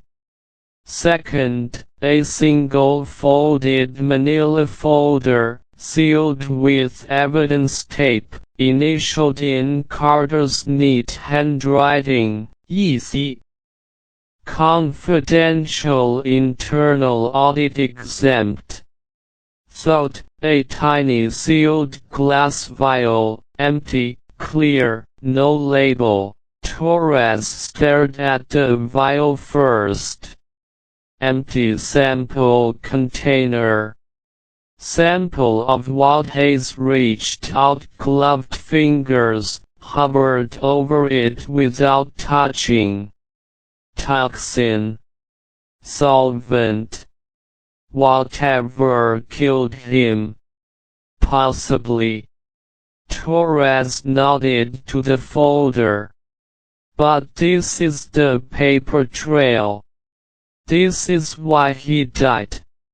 Hayes lifted the folder out slow, held it up to the light. The seal was intact. No one had opened it since Carter initialed it. He locked this away, Hayes said.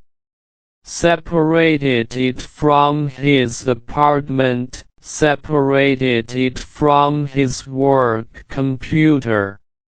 Stored it off-site, secured it like evidence. Because it was evidence, Torres said. Evidence against someone powerful enough to kill him for it. Hayes set the folder down carefully on a clean evidence mat. Then he picked up the hard drive, turned it over in his gloved hand. No markings, no serials, no manufacturer tags. Completely ghosted. This drive scrubbed of identity, he said. Professional OPSEC. Not amateur privacy settings. This is counter-forensic work. Torres frowned.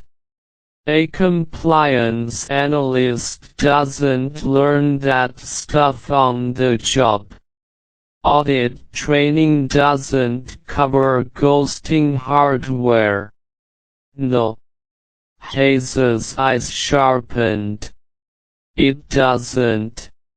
A quiet piece of the puzzle shifted, clicked into place.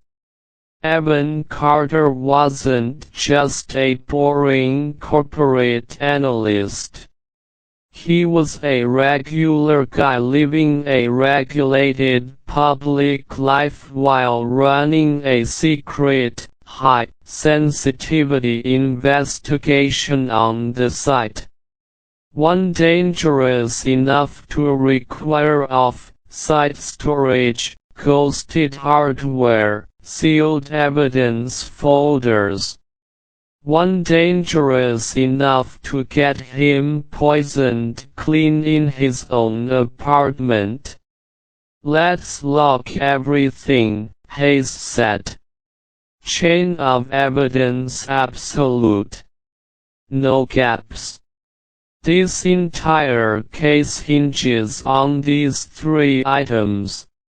The techs moved fast, tagging, bagging, photographing each piece individually, documenting every fingerprint trace, every fiber, every microscopic speck inside the unit.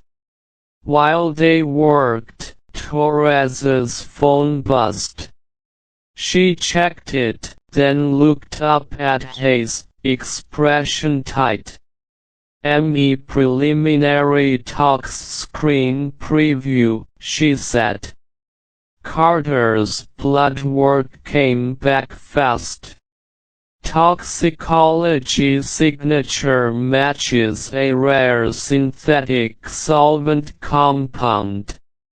Not controlled street material. Not pharmaceutical. Industrial, grade, custom blended. Hayes's jaw tightened.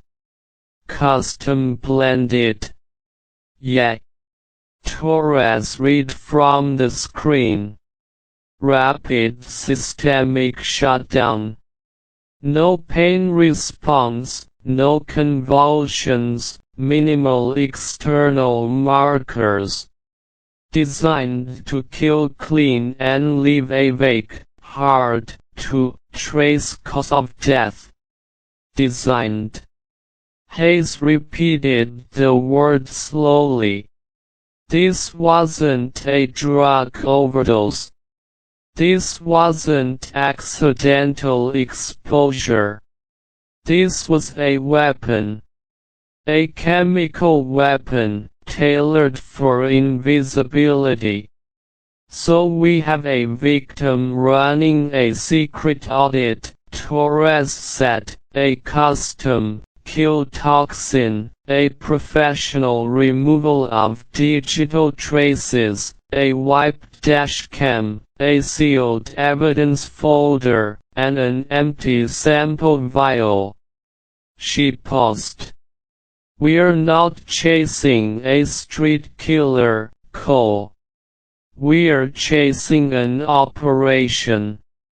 Hayes looked back at the sealed folder, at the ghosted hard drive, at the tiny empty vial that had once held a death sentence. Outside the storage unit, the wind picked up, whistling through the fence wires. Somewhere distant, a siren started, faint, then faded away into the dark. He knew, right then, that this case wasn't a single homicide. It was the end of one witness's story. And the start of something far bigger. All right. Hayes straightened, voice steady, final. We open the folder. We crack the drive. We find out exactly what Evan Carter uncovered. And then we find out who killed him for knowing it. Chapter 4: The Ledger. They rolled back to the downtown precinct as the sky paled to a bruised, pre-dawn gray.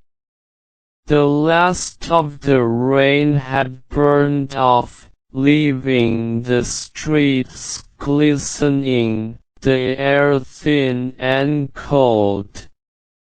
LA was quiet in these minutes, no tourists, no traffic snarls, no street vendors yelling over crowd noise. Just a sleeping city, unaware a buried secret was about to break open. Hayes carried the evidence case himself, both hands wrapped around the hard shell, careful, deliberate. Chain of evidence didn't just matter for court. It mattered for survival. The people they were hunting didn't play by legal rules. They erased rules entirely. Torres walked beside him, her tablet locked and encrypted, every preliminary report uploaded and time-stamped before they'd even left Santa Monica.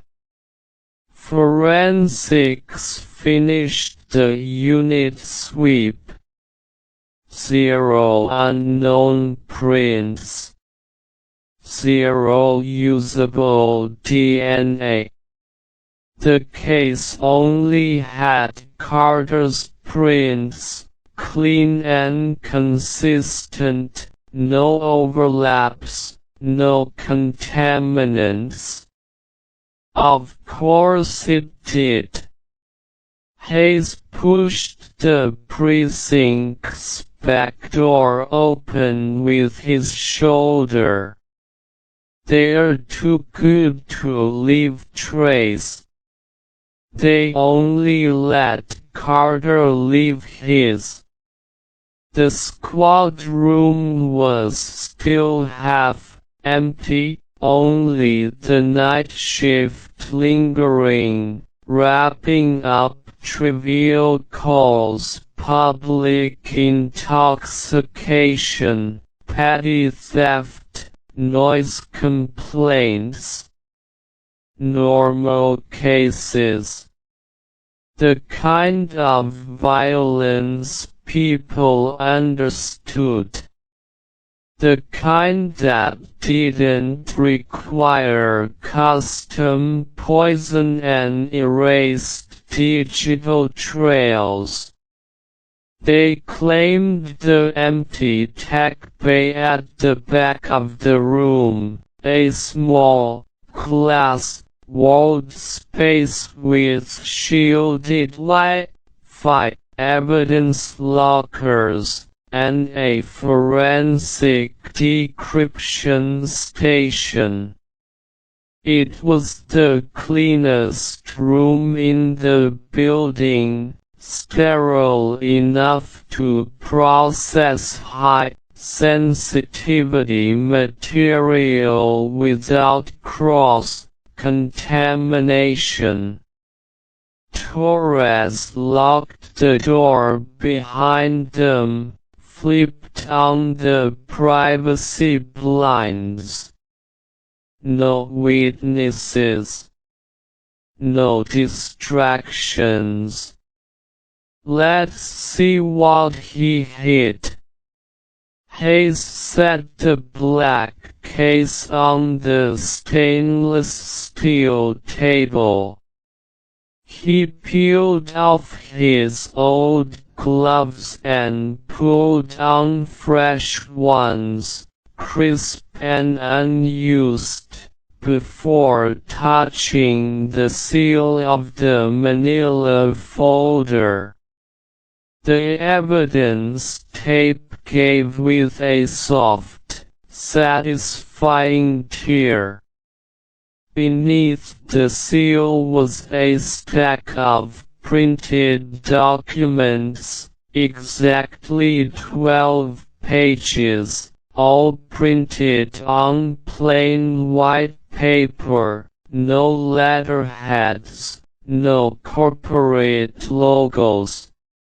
No traceable origin. Torres leaned in, her voice low.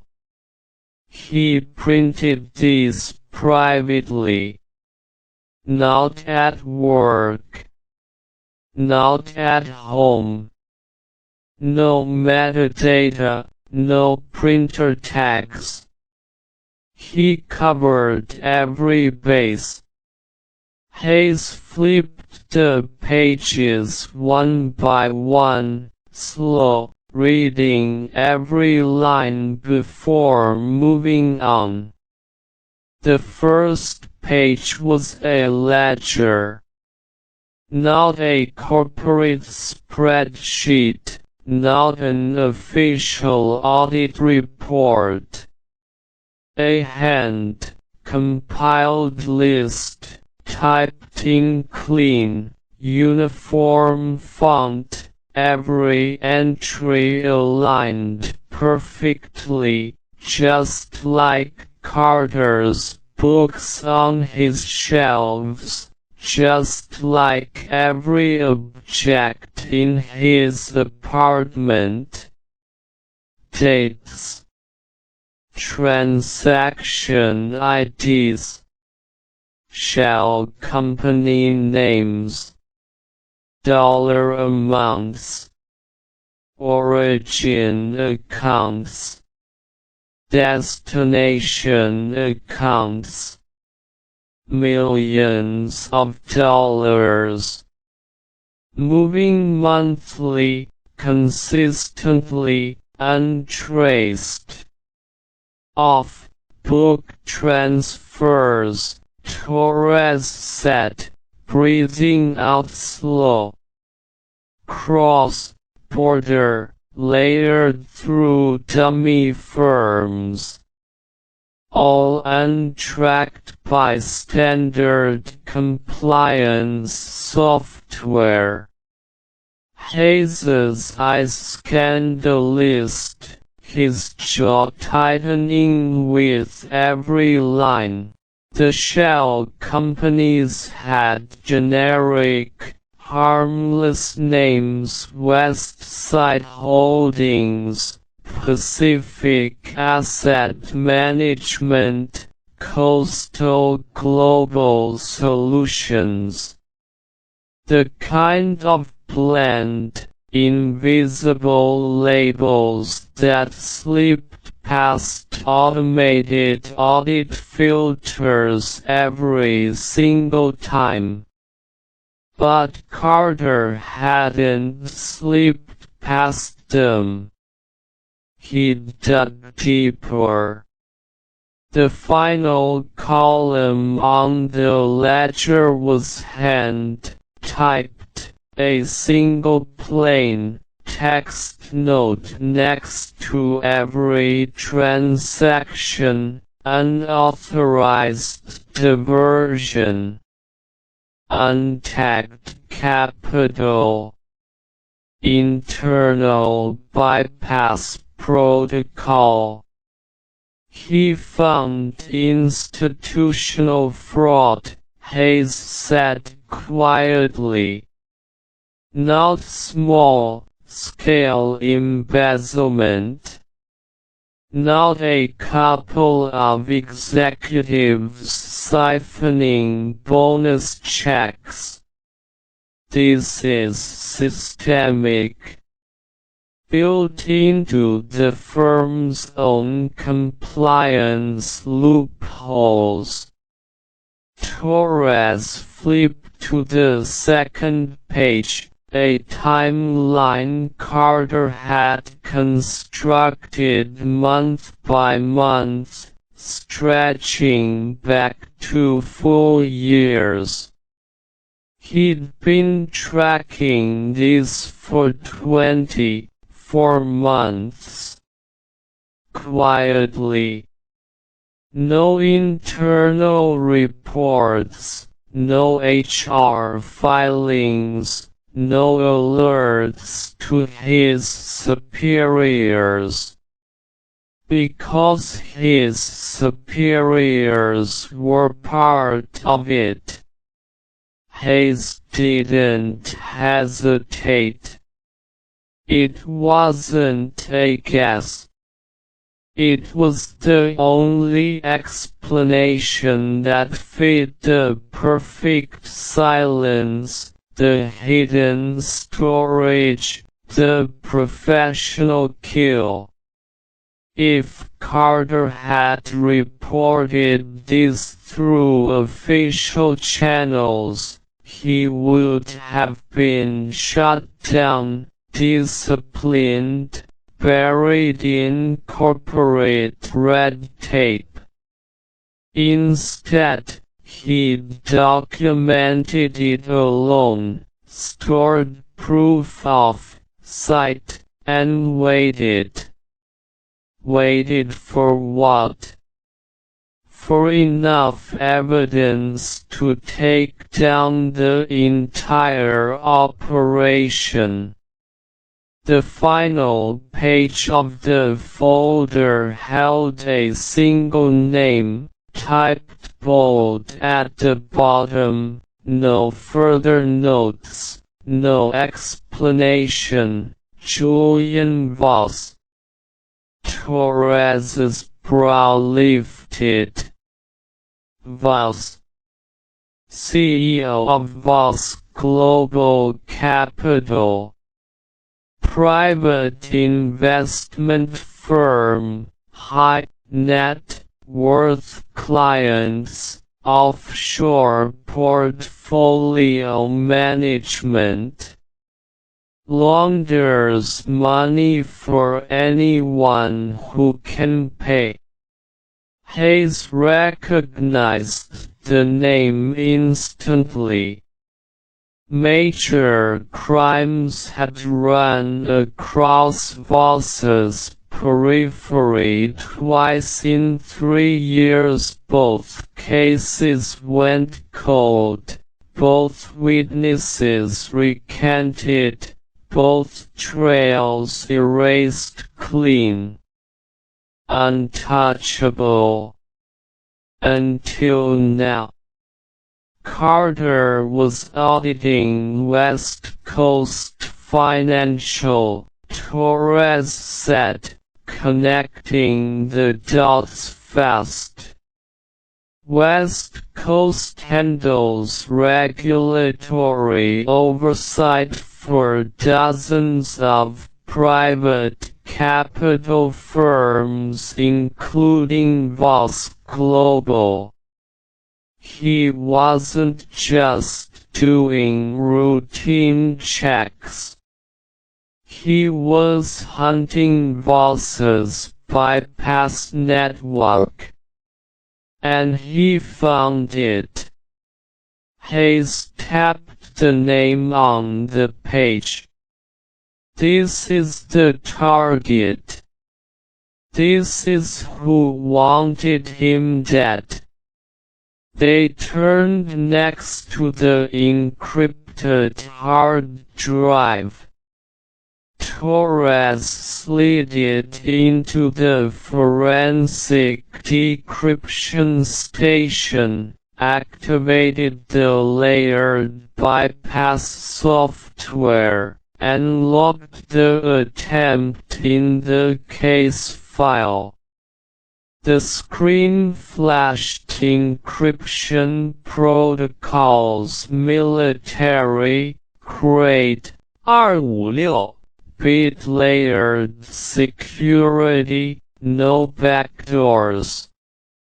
He didn't skimp on protection.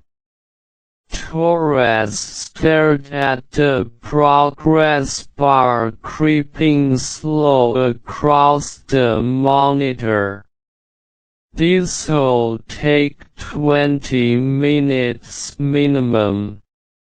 Maybe longer. Hayes nodded, then picked up the tiny empty glass vial, still sealed in its evidence bag. He held it up to the dim tack bay light, turning it slow. The glass was pristine, lab-grade, the kind used for toxicology sampling and controlled chemical testing. Empty, he muttered. But sealed. He didn't open it after storing it. Meaning he took the sample before he placed it in storage. Torres's voice sharpened. He collected the toxin, sealed a vial for evidence, locked it away, and still ended up exposed. Hayes's gaze drifted back to the ledger. He knew they were using a custom chemical agent to eliminate witnesses. That's why he saved the vial. That's why he documented every transfer. He was building a case against a kill operation tied to money laundering. A killer who laundered capital to fund clean hits. A financier who eliminated witnesses to protect his empire. The pieces clicked together, cold and brutal. Before Torres could reply, her work phone buzzed again. It was the Miss office, direct line, no caller ID. She answered immediately. Put it on speaker. Torres. Dr. Hale's voice was crisp, final, no room for ambiguity. Final talks prelim is in. The synthetic solvent in Carter's system is a proprietary compound. No commercial distribution, no industrial licensing, no public safety records. Proprietary. Hayes leaned forward. Meaning custom, made for a single entity. Exactly. Hale paused. I ran the chemical signature against our classified law enforcement database. It matches a compound linked to 3 unsolved witness deaths dating back 2 years. All white-collar auditors. All clean scene fatalities. All ruled ambiguous toxic exposure. No foul play suspected. Torres's eyes widened. 3 other victims. All regulatory analysts. All investigating high-value private capital firms. Hale's tone turned grim. Your dead guy wasn't the first, detectives. He was the latest. And whoever's making this poison has been getting away with it for 2 years. The line went silent after that. Torres ended the call, her fingers tight around the phone. We're not looking at a single homicide. We're looking at a serial elimination operation. Targeted, professional, undetectable.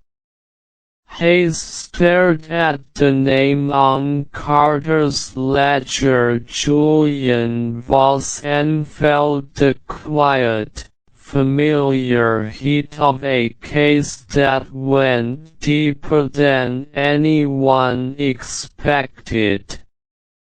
The kind of case that got good cops buried, that got evidence erased, that got witnesses killed. The decryption bar on the screen finally hit 100%. The drive unlocked with a soft chime. Dozens of hidden files popped up on the monitor, encrypted videos, audio recordings, scanned internal memos, time-stamped chat logs, offshore bank verification slips. Carter had recorded everything. Every conversation. Every bribe. Every order to bury audits. Every instruction to erase financial trails.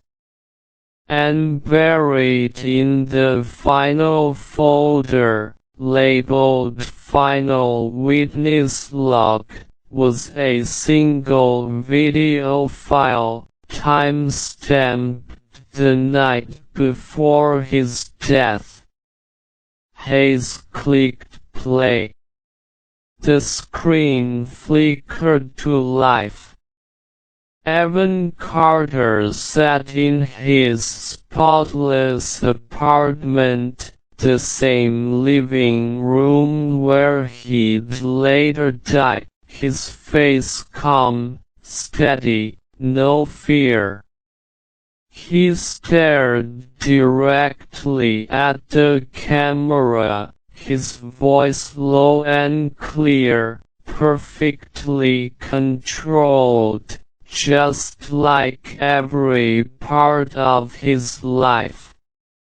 "If you're watching this," he said, "I'm already dead. Julian Voss doesn't leave loose ends. And I became the last one."